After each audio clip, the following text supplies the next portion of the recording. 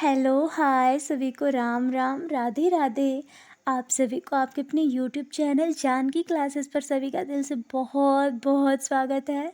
I hope कि आप सभी लोग बढ़िया होंगे, मस्त होंगे, पेपर की तैयारी में लगे होंगे। आपका पेपर बहुत ज़्यादा दिन नहीं है, बहुत टाइम गिना चुना है, तो कंटिन्यू लगे रहिए, सफलता ज़रूर हाथ लगेगी। तो चलिए आज के सेशन की शुरुआत करते हैं। एसएसटी में सब बच्चों का बहुत डर लगा रहता है, तो आप लोगों को सलाह देते हैं कि एनसीईआरटी रेगुलर स्टडी किया करिए। आपका बहुत बहुत मजबूत होगा आपका, और आप फर्स्ट अटेम्प्ट में ज़रूर क्वालिफाई करेंगे। एसएसटी का डर बच्चों में बिल्कुल नहीं रहा जाएगा, क्योंकि एनसीईआरटी सबसे मूल मंत्र है आप लोगों को सीटेट क्वालिफाई करने का। तो चलिए आज के सेशन की शुरुआत करते हैं। सभी को मेरा राम राम, राधे राधे। आई होप कि आप सभी लोग बढ़िया होंगे, मस्त होंगे।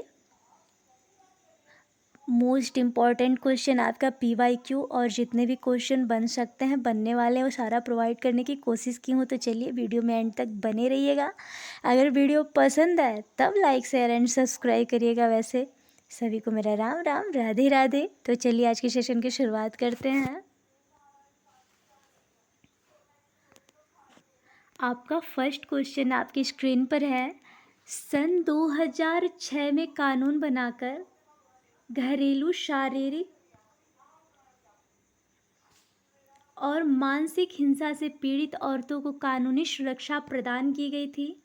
1997 में सर्वोच्च न्यायालय ने कार्य करने के स्थान पर और शैक्षणिक स्थानों में महिलाओं के साथ होने वाली यौन प्रताड़ना से उन्हें सुरक्षा प्रदान करने हेतु दिशा निर्देश जारी किए, जिन्हें विशाखा गाइडलाइंस कहते हैं। 8 मार्च को अंतर्राष्ट्रीय महिला दिवस के रूप में मनाया जाता है। कौन सा कथन सत्य है बताइए? 1 और 2, केवल 3, 2 और 3, उपर्युक्त सभी आपका राइट आंसर हो जाएगा। उपर्युक्त सभी। सन 2006 में कानून बनाकर घरेलू शारीरिक और मानसिक हिंसा से पीड़ित औरतों को कानूनी सुरक्षा प्रदान की गई, बिल्कुल सही बात है। और 1997 में सर्वोच्च न्यायालय कार्य करने के स्थान पर शैक्षणिक संस्थानों में महिलाओं के साथ होने वाली यौन प्रताड़ना से उन्हें सुरक्षा प्रदान करने हेतु दिशा निर्देश और जारी किए, जिन्हें विशाखा गाइडलाइंस कहते हैं, बिल्कुल सही बात है। और 8 मार्च को अंतर्राष्ट्रीय महिला दिवस के रूप में मनाया जाता है, ये भी आपका ऑप्शन सही है। तो आपका तीनों ऑप्शन सही है, उपयुक्त सभी राइट आंसर होगा। नेक्स्ट क्वेश्चन पर चलते हैं। नेक्स्ट क्वेश्चन आपकी स्क्रीन पर है। असर्शन ओरिजिन का क्वेश्चन है, ध्यान से देखिएगा। जब सरकार समाचार के किसी अंश, फिल्म के किसी दृश्य या गीत की किसी अभिव्यक्ति को जन समुदाय तक पहुंचने से प्रतिबंधित करती है, तो उसे सेंसरशिप कहा जाता है। और आपका रीजन दे रहा है कि इतिहास में ऐसे मौके भी आए हैं जब सरकार ने संचार के माध्यमों के ऊपर सेंसर लगाया। इसमें सबसे बुरा समय 1975 और 77 तक आपातकाल का था। कथन व कारण दोनों सही है, और कारण कथन को पुष्ट करता है। सेकेंड ऑप्शन बोल रहा है कि कथन व कारण दोनों सही है, लेकिन कारण कथन को पुष्ट नहीं करता है। थर्ड ऑप्शन बोल रहा है कथन सही है लेकिन कारण गलत है। और फोर्थ ऑप्शन बोल रहा है कथन गलत है लेकिन कारण सही है। तो आपका आश्वासन दे रहा है कि जब सरकार समाचार के किसी अंश, फिल्म के किसी दृश्य या गीत की किसी अभिव्यक्ति को जन समुदाय तक पहुंचने से प्रतिबंधित करती है, तो उसे सेंसरशिप कहा जाता है। ये ऑप्शन बिल्कुल सही है, लेकिन ये कथन जो है कारण से मैच नहीं कर रहा है। इतिहास में ऐसे मौके भी आए हैं जब सरकार ने संचार के माध्यमों के ऊपर सेंसर लगाया। इसमें सबसे बुरा समय 1975 और 77 तक आपातकाल था। ये भी ऑप्शन आपका बिल्कुल राइट है, लेकिन दोनों मैच नहीं कर रहा है, इसलिए आपका राइट आंसर हो जाएगा बी। कथन व कारण दोनों सही है, लेकिन कारण कथन को पुष्ट नहीं करता है। तो चलिए नेक्स्ट क्वेश्चन देखते हैं आप। नेक्स्ट क्वेश्चन आपकी स्क्रीन पर है। नेक्स्ट क्वेश्चन ने पहले व्याख्या देख लीजिए। जब सरकार समाचार के किसी अंश, फिल्म के किसी दृश्य या गीत अभिव्यक्ति को जन समुदाय तक पहुंचने से प्रतिबंधित करती है तो उसे सेंसरशिप कहा जाता है। इतिहास में ऐसे मौके भी आए हैं जब सरकार ने संचार माध्यमों के ऊपर सेंसर लगाया। इसमें सबसे बुरा समय 1975 और 77 तक रहा। अतः दोनों कथन सही है, लेकिन कारण कथन को पुष्ट नहीं करता है। तो चलिए नेक्स्ट क्वेश्चन देखते हैं। नेक्स्ट क्वेश्चन आपकी स्क्रीन पर है।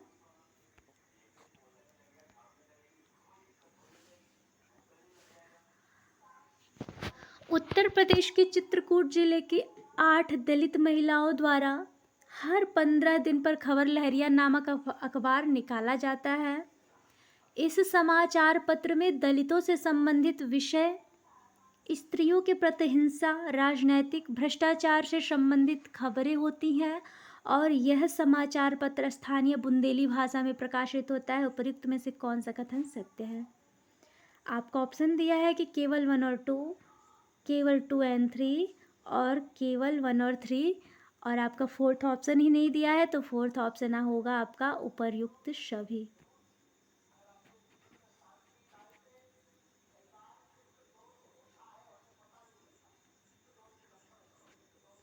उपर्युक्त सभी, हैंड राइटिंग पे मत जाइएगा।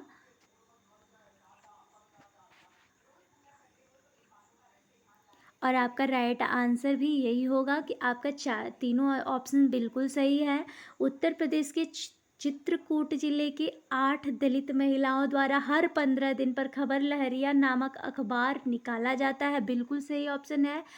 NCERT बिल्कुल पढ़ते रहिए ताकि आपका कॉन्सेप्ट एकदम क्लियर रहे। चलिए, इस समाचार पत्र दलितों में संबंधित विषयों, स्त्रियों के प्रति हिंसा, राजनैतिक भ्रष्टाचार से संबंधित खबरें होती हैं, बिल्कुल सही बात है। यह समाचार पत्र स्थानीय बुंदेली भाषा में प्रकाशित होती हैं। आपका ये भी ऑप्शन बिल्कुल सही है। तो आपका तीनों ऑप्शन सही है, इसलिए उपयुक्त सभी आपका राइट आंसर होगा। ये नेक्स्ट क्वेश्चन देखते हैं। नेक्स्ट क्वेश्चन नहीं, आपका पहले व्याख्या ही है, देखते हैं। खबर लहरिया चित्रकूट की दलित महिलाओं द्वारा बुंदेली में भाषा प्रकाशित एवं आंचलिक समाचार पत्र है। इस समाचार पत्र में दलितों से संबंधित विषयों, स्त्रियों के प्रति हिंसा, राजनैतिक भ्रष्टाचार आदि से संबंधित खबरें होती हैं। इस पत्र को सन 2009 में यूनेस्को द्वारा साक्षरता पुरस्कार के लिए भी चुना गया था। ये टॉपिक बिल्कुल माइंड में फिट करके रखिए। आपके असर्शन रीजन में कहीं से भी क्वेश्चन सीटेट में पूछ के उठा के दे सकता है, तो बिल्कुल एक एक टॉपिक ध्यान से देखा करिए। तो चलिए नेक्स्ट क्वेश्चन देखते हैं। नेक्स्ट क्वेश्चन आपके स्क्रीन पर है। निम्नलिखित कथनों पर विचार कीजिए। तमिलनाडु में, ये भी आपका PYQ क्वेश्चन है, आपका आया हुआ क्वेश्चन है, तो ध्यान से देखिएगा। एक भी क्वेश्चन फालतू प्रोवाइड नहीं कराते हैं। जितना भी टाइम देते हैं आप लोग को बेस्ट कंटेंट देने की कोशिश करते हैं। तो प्लीज़ वीडियो को एंड तक देखा करिए, आपका नॉलेज भी होगा। और वीडियो अगर पसंद आएगा तो लाइक शेयर एंड सब्सक्राइब भी किया करिए। चलिए नेक्स्ट क्वेश्चन देखते हैं कि तमिलनाडु में सप्ताह में 2 बार लगने वाला इरोड का कपड़ा बाजार संसार के विशाल बाजारों में से एक है। सेकेंड बोल रहा है कि दादन व्यवस्था व्यापारी और बुनकरों के बीच एक व्यवस्था है जिसमें व्यापारी कच्चा माल देता है और बुनकरों से तैयार माल प्राप्त करता है। केवल एक सही है, केवल 2 सही है, 1 और 2 दोनों सही है, और ना तो 1 सही है ना तो 2 सही है। तो आपका राइट आंसर हो जाएगा 1 और 2 दोनों सही है। आपका राइट आंसर 1 और 2 दोनों सही है। तमिलनाडु में सप्ताह में 2 बार लगने वाला इरोड का कपड़ा बाजार संसार के विशाल बाजारों में से एक है। दादन व्यवस्था व्यापारी और बुनकरों के बीच की एक व्यवस्था है जिसमें व्यापारी कच्चा माल देता है और बुनकरों से तैयार माल प्राप्त करता है। तो आपका राइट आंसर A और 2 दोनों सही है। आइए थोड़ा सा व्याख्या पढ़ते हैं हम। तमिलनाडु में सप्ताह में 2 बार लगभग इरोड का कपड़ा बाजार संसार के विशाल बाजारों में से एक है। कपड़ा व्यापारी के यहाँ से भारी मात्रा में कपड़ा खरीदते हैं। कपड़ा व्यापारी यहाँ से भारी मात्रा में कपड़ा खरीदते हैं। दादन व्यवस्था में बुनकर व्यापारी द्वारा उपलब्ध सूत व डिजाइन लेते हैं, वह कपड़ा तैयार करके देते हैं। इससे बुनकरों की अतिरिक्त मेहनत बच जाती है, जैसे सूत खरीदना व कपड़े के डिजाइन पर माथा पच्ची करना आदि। लेकिन दादन व्यवस्था में बुनकरों को व्यापारी बहुत कम पैसा देते हैं। व्यापारियों के ऊपर निर्भरता को कम करने और बुनकरों की आमदनी बढ़ाने के लिए सहकारी संस्थाओं का निर्माण किया जाता है, जो व्यापारी से सूत प्राप्त करके बुनकरों में बांट देती है। सहकारी संस्थाएं विक्रय का भी कार्य करती हैं, जिससे व्यापारी की भूमिका समाप्त हो जाती है। इससे बुनकरों को उचित मूल्य प्राप्त होता है। चलिए नेक्स्ट टॉपिक देखते हैं। एक एक टॉपिक इसमें से ध्यान से देखते चलिएगा, आपके लिए बहुत ही महत्वपूर्ण है। तो चलिए नेक्स्ट टॉपिक देखते हैं। नेक्स्ट क्वेश्चन आपकी स्क्रीन पर है।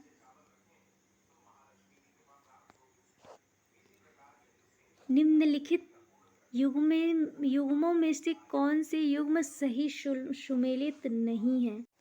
आपका नेक्स्ट क्वेश्चन आपकी स्क्रीन पर है। निम्नलिखित युग्मों में से कौन से युग्म सही नहीं है, सुमेलित कीजिए। इसमें पूछ रहा है कौन से युग्म सुमेलित नहीं है। तो बेलन वगाई गैर ब्राह्मण किसान स्वामी की भूमि, ब्रह्मादेय ब्राह्मणों को उपहार में दी गई भूमि, शाला भोग विद्यालय के रख रखाव के लिए भूमि, पल्ली चंदम मंदिर को उपहार में दी गई भूमि, देवदान तिरुवनमट्टुकानी जैन संस्थानों को दी गई भूमि। 1 और 4, 1, 2 और 4, 1, 3 और 4, एक ऑप्शन यहाँ नहीं है। 4 और 5, 4 और 5 आपका राइट आंसर 4 और 5 ही होगा, क्योंकि ये आपका बिल्कुल सही है। बेलन वगाई और गैर ब्राह्मण किसान स्वामी की भूमि राइट आंसर है, इसलिए आपका ये सुमेलित है। ब्रह्मादेव ब्राह्मणों को उपहार में दी गई भूमि ये भी सही है। और शाला भोग विद्यालय के रख रखाव के लिए भूमि ये भी ऑप्शन बिल्कुल सही है। आपका पल्ली चंदम मंदिर को उपहार में दी गई भूमि नहीं है। देवदान तिरुवनमट्टुकानी जैन संस्थाओं को दान में दी गई भूमि नहीं है, इसलिए आपका ये दोनों ऑप्शन गलत है। आपका राइट आंसर हो जाएगा 4 और 5, 4 और 5 आपका राइट आंसर होगा। ये नेक्स्ट क्वेश्चन देखते हैं। नेक्स्ट क्वेश्चन आपके स्क्रीन पर है। दिल्ली सल्तनत के शासकों के वंश को बढ़ते हुए कालखंडों को व्यवस्थित करें। तुर्की शासक, खिलजी वंश, तुगलक वंश, सैयद वंश। 1, 2, 3, 4, 2, 3, 4, 1, 3, 1, 2, 4, 2, 3, 4, 1 और 1, 2, 3, 4 आपका राइट आंसर हो जाएगा। 1, 2 और 3, 4 आपका ये काल सही है। पहले तुर्की आए थे, फिर खिलजी, फिर तुगलक, फिर सैयद वंश। आपका यहाँ पे व्याख्या दिया है। तुर्की शासक आपके 1206 से 1290 वर्ष तक शासन किए थे। खिलजी वंश 1290 से 1320 सबसे कम समय तक शासन इन्हीं का रहा है, खिलजी वंश का।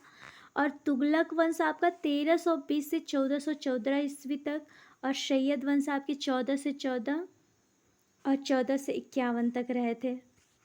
चलिए नेक्स्ट क्वेश्चन देखते हैं। नेक्स्ट क्वेश्चन आपके स्क्रीन पर है। दिल्ली सल्तनत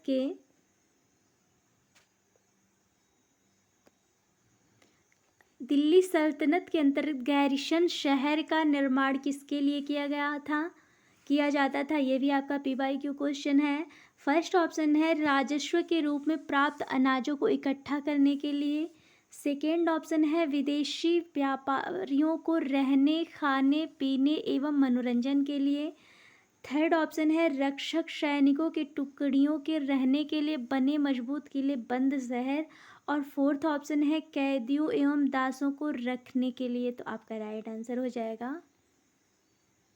रक्षक सैनिकों के टुकड़ियों को रहने के लिए बने मजबूत किले बंद शहर का दिल्ली सल्तनत के अंतर्गत गैरिसन शहर का निर्माण किया जाता था। चलिए नेक्स्ट क्वेश्चन देखते हैं। नेक्स्ट क्वेश्चन आपके स्क्रीन पर है, दिल्ली सल्तनत का वह कौन सा शासक था जिसने अपने सैन्य अभियान मालवा के मांडू से लेकर देवगिरी द्वार समुद्र तथा मदुरै एवं जाबूर जैसे सुदूर दक्षिण भारत के राज्यों तक विजित किया था। फर्स्ट ऑप्शन बलबन, सेकेंड है गयासुद्दीन, थर्ड ऑप्शन है अलाउद्दीन खिलजी। आपका राइट आंसर होगा अलाउद्दीन खिलजी। चलिए व्याख्या देखते हैं। अलाउद्दीन खिलजी ने अपने शासनकाल में सुदूर दक्षिण के राज्यों तक को विजित किया। दक्षिण की विजय उसके प्रसिद्ध सेना नायक मलिक काफूर के नेतृत्व में हुई थी। साथ ही उसने इन राज्यों को जीतने के बाद उन्हें अपने राज्य में नहीं मिलाया, सिर्फ वार्षिक कर ही उसने वसूलता था। इसलिए आपका राइट आंसर अलाउद्दीन खिलजी होगा। नेक्स्ट क्वेश्चन देखते हैं। नेक्स्ट क्वेश्चन आपकी स्क्रीन पर है, दिल्ली सल्तनत के अंतर्गत आपका वही क्वेश्चन आ गया है, PYQ क्वेश्चन है। चलिए नेक्स्ट देखते हैं।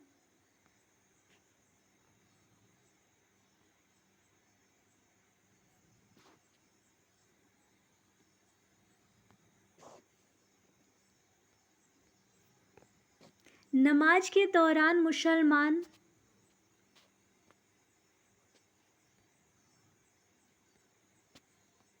मक्का की तरफ मुंह करके खड़े होते हैं। मक्का की ओर दिशा को क्या कहते हैं? लिबान कहते हैं, किबला, ममशुरा, शहन। आपका राइट आंसर होगा किबला। चलिए नेक्स्ट क्वेश्चन देखते हैं। आइए पहले व्याख्या देख लेते हैं। मस्जिद के खंभों वाले कच्छा को लिबान कहते हैं। नमाज के दौरान मुसलमान मक्का की तरफ मुंह करके खड़े होते हैं। मक्का की ओर की दिशा को किबला कहा जाता है।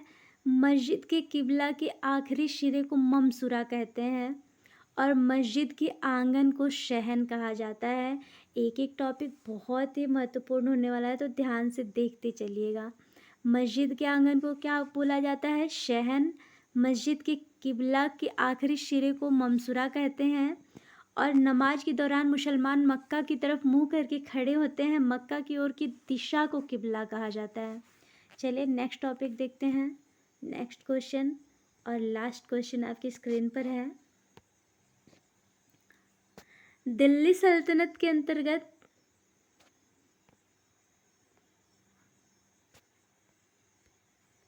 बंदगा शब्द किसके लिए प्रयोग किया जाता था? मजदूरों के लिए, गुलाम के लिए, किसान के लिए या काश्तकार के लिए? आपका राइट आंसर हो जाएगा गुलामों के लिए। दिल्ली सल्तनत के अंतर्गत बंदगा शब्द गुलामों के लिए प्रयोग किया जाता था। आइए व्याख्या भी है इसका। गुलामों को फारसी में बंदगा कहा जाता था। इन्हें सैनिक सेवा के लिए खरीदा जाता था। साथ ही उन्हें राज्य के कुछ महत्वपूर्ण राजनीतिक पद भी दिए जाते थे। उस समय के विद्वानों का कहना था कि सुल्तानों के लिए योग्य और अनुभवी गुलाम बेटों से भी बढ़कर होता था। तो चलिए, आई होप कि आप लोगों को वीडियो पसंद आए। तो सभी को मिलते हैं नेक्स्ट वीडियो में। तब तक के लिए सभी को मेरा राम राम, राधे राधे। स्टडी कंटिन्यू रखिए, एग्ज़ाम बहुत पास में है। सभी को मिलते हैं नेक्स्ट वीडियो में। तब तक के लिए सभी को मेरा राम राम, राधे राधे।